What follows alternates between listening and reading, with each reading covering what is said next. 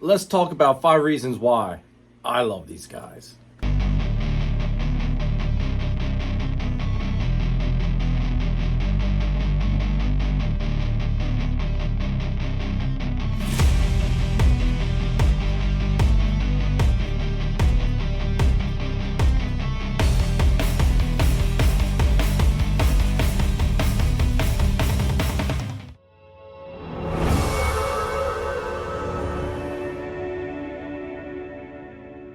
What's up, everybody? I'm Jeremy. You guys are watching Morphs. This week's video, as a big thank you and a birthday present to one of her channel members, Tara, from Voodoo Doll Royals, I'm going to do this video that she requested, which was, why do I love carpet pythons so much? So I thought, you know what? What's a better birthday present than to give someone that supports me so much something that they would enjoy and appreciate to watch? So Tara, this video is for you, girl.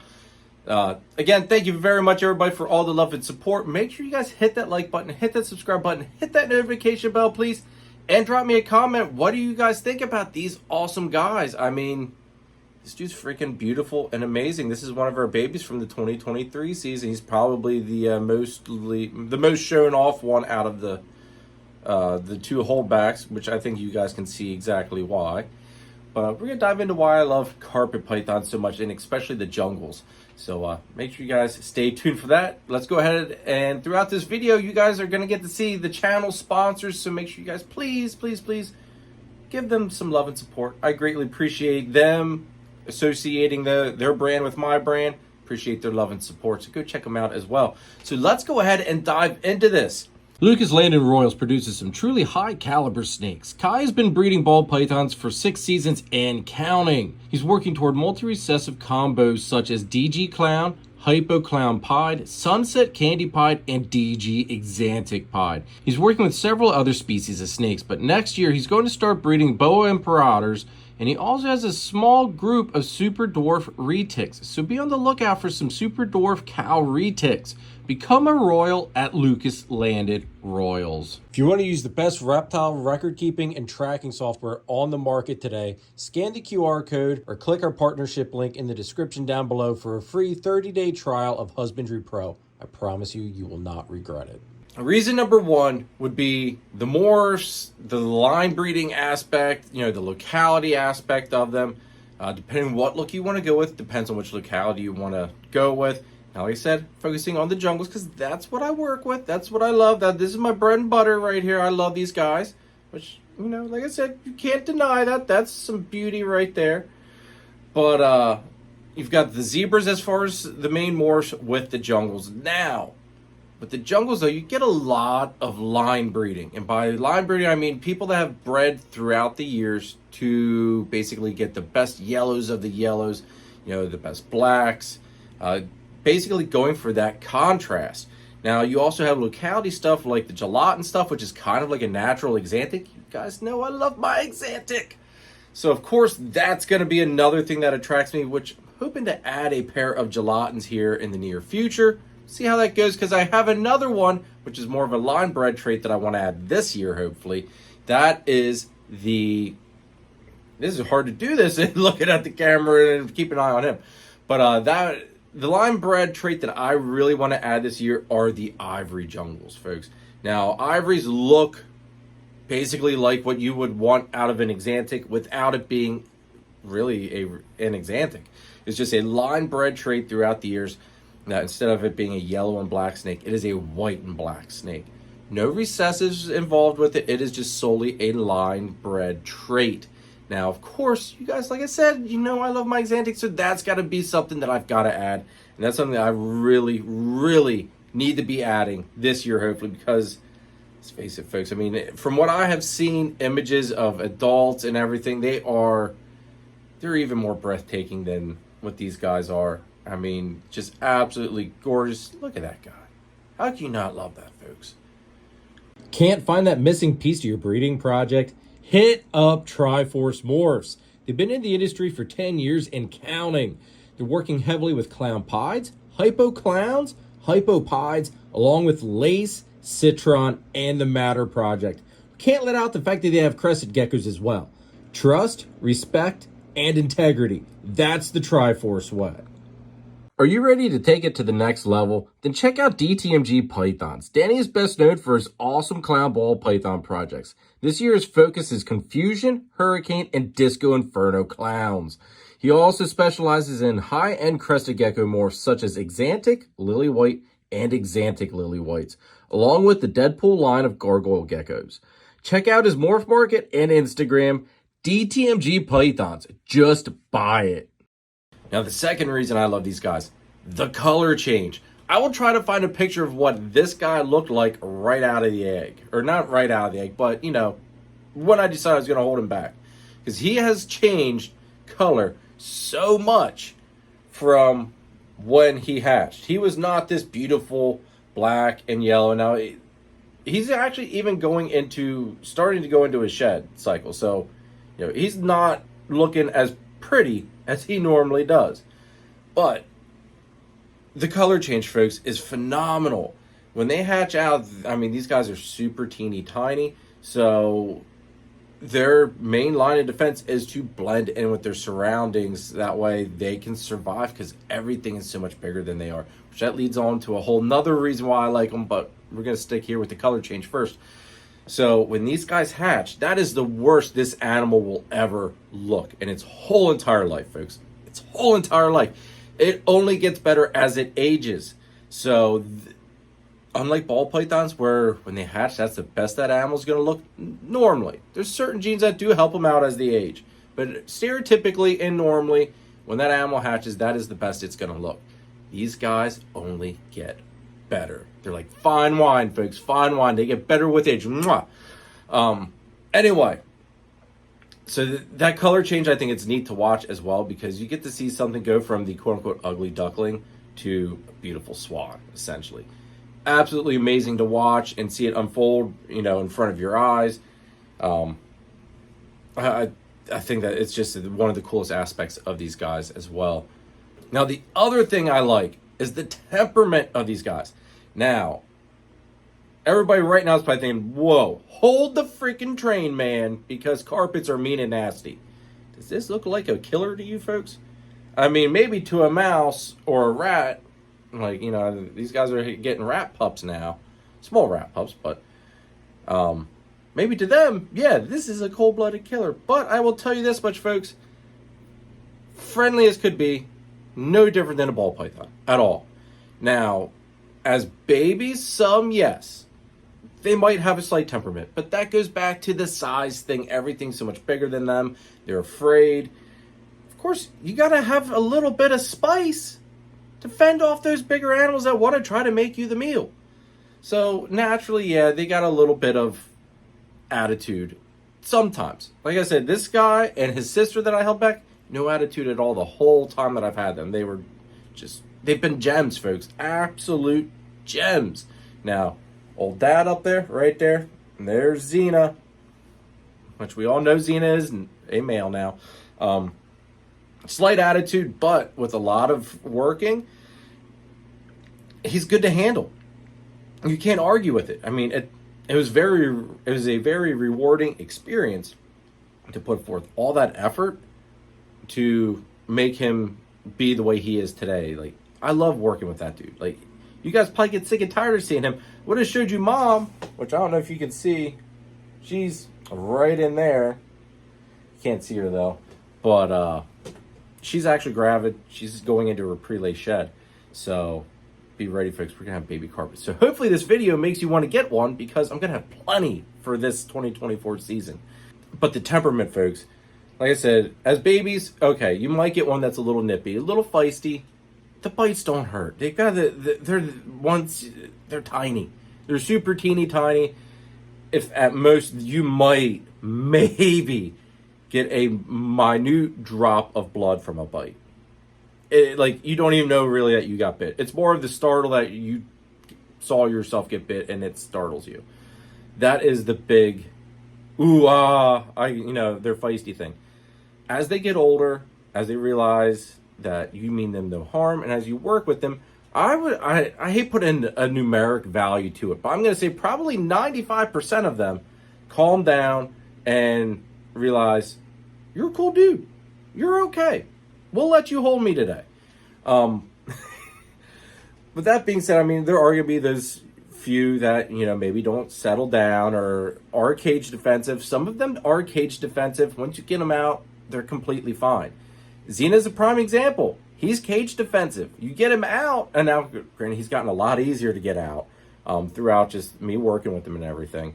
But as you work with them and get them out, they get a lot easier to work with. It's such a rewarding aspect, especially when you take something that, thinks you're going to eat it, wants to bite you all the time, and you put in that time and effort.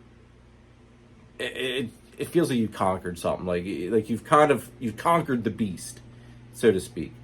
But it is definitely a very rewarding aspect. And as you can see, like I said, I mean, no biting, no being mean. I mean, I can go up here and he won't even let me do it because he's just kind of cruising around having a good old time. I mean, I can pet his head, no issue. Can't really, look, see, he doesn't care. And if that was a snake that was a cold-blooded killer, folks, trust me, I would have got bit right there just trying to figure out how to show you guys that I could pet his head and he doesn't care. Anyway, the temperament on these guys, they're amazing animals.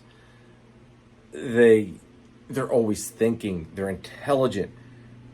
Like, their intelligence is unlike, I would say probably the only way to compare intelligence-wise for these carpet pythons is to compare them to something like a retic. Everybody says on how retics are very, smart, and I don't want to say problem-solving, but, they're intelligent animals.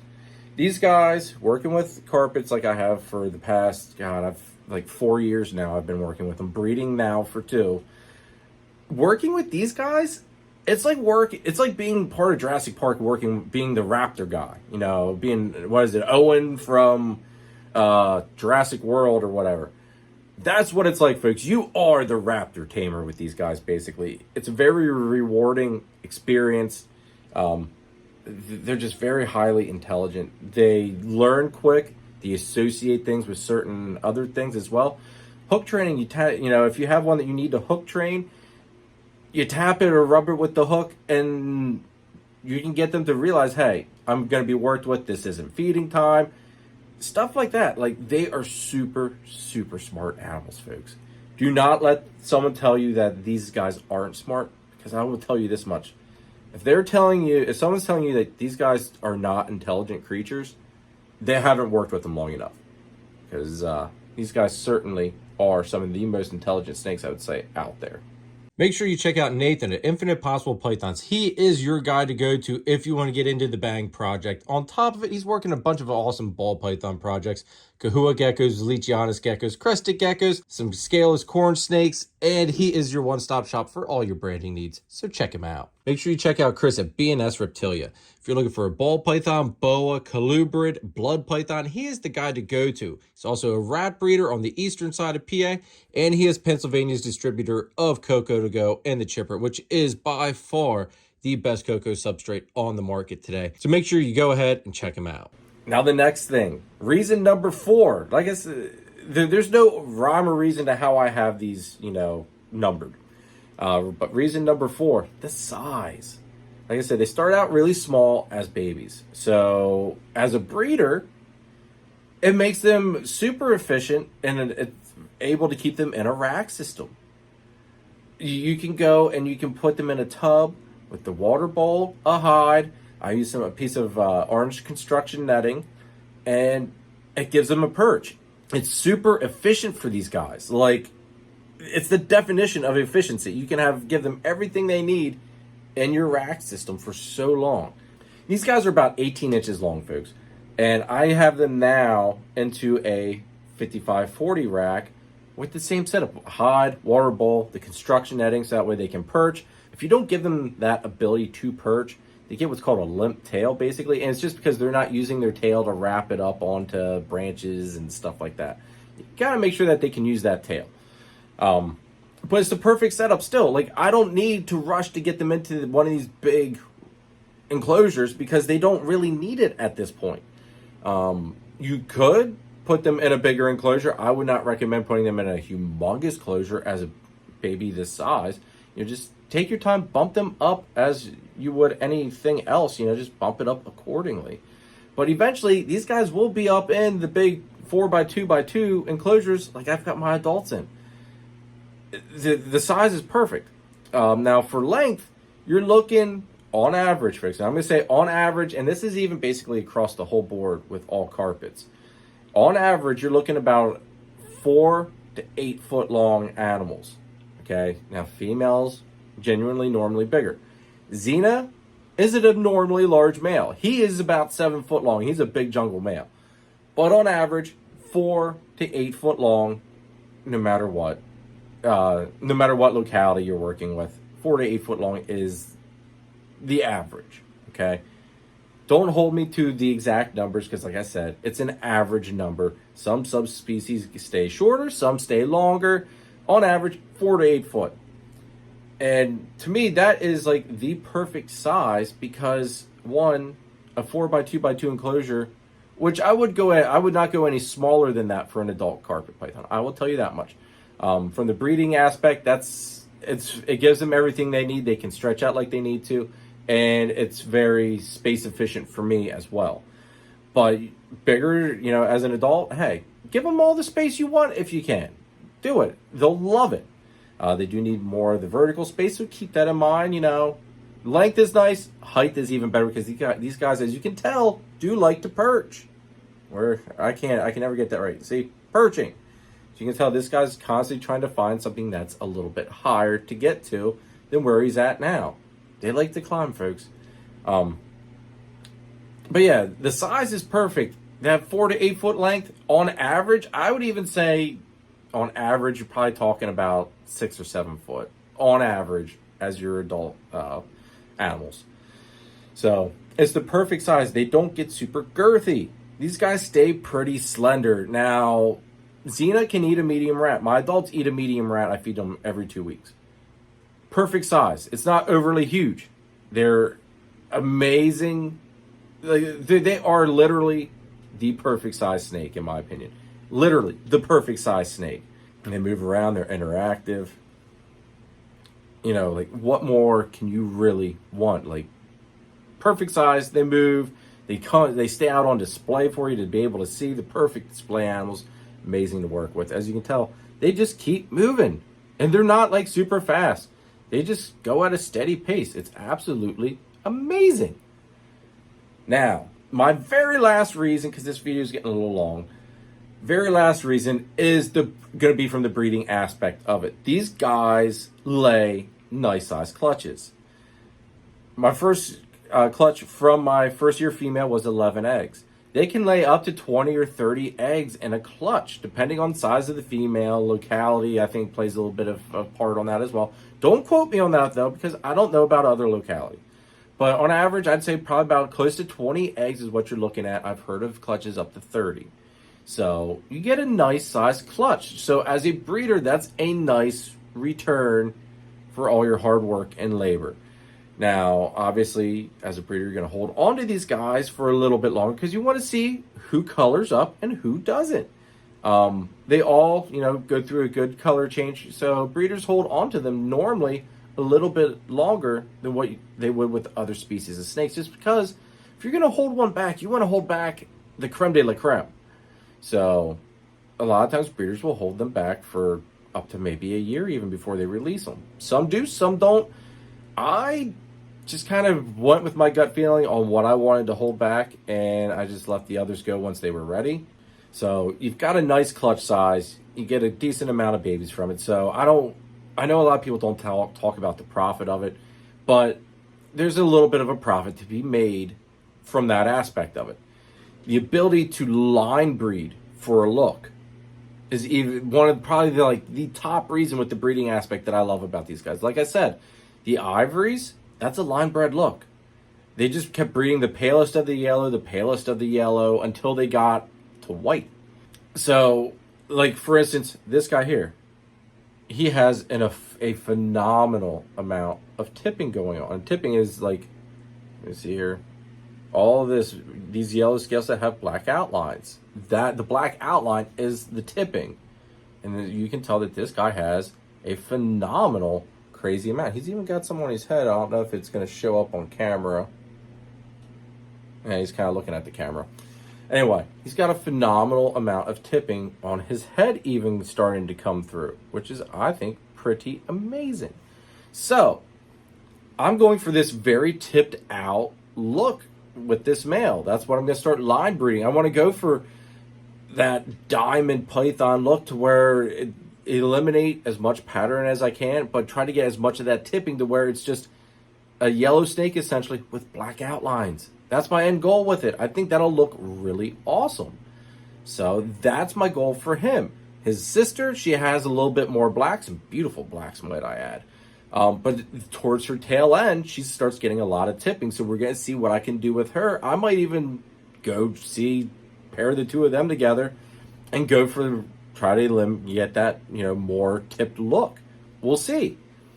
But I'm going to go for, like I said, a good amount of tipping on this animal and see if I can't line breed that. We're going to go with the gelatins, when I finally get into the gelatins, we're going to go for the most natural, the ones that show that exantic look the best are the ones I'm going to hold back. And same with the ivories. Once I get the ivories, start working them. The brightest white and, the most contrasting white and black animals will stay here. We'll work that and, perfect that aspect of it. Just keep working that line breeding, making the best of the best animals.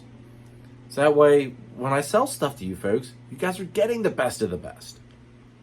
So, love the line breeding aspect of being able to breed these guys because you can go and focus and hone in on those certain looks. Now, going back to the financial aspect of it, these guys, I feel personally, are highly sought after. There's not a whole lot of breeders that work with carpet pythons. I think part of it's because of the amount of space they take. Also, part of it is because of the whole carpet pythons are evil, they're bitey, they're nippy, that whole thing. I hope maybe you guys can tell that, this guy's not a bitey, nippy animal by any means. Super friendly and just, look, not nippy or bitey or anything like that.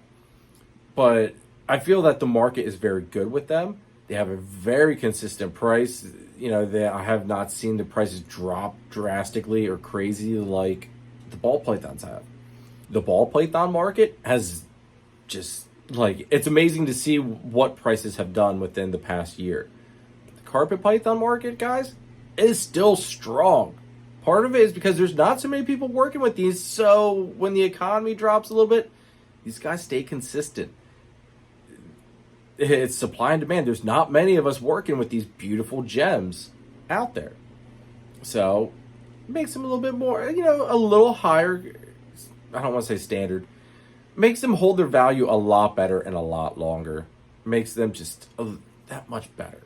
You guys know carpets aren't my main focus. They are rapidly taking over more and more though, because as you guys can tell, I don't have a ball python video of why I love ball pythons yet. I mean, I do love ball pythons, don't get me wrong. These guys are king though to me.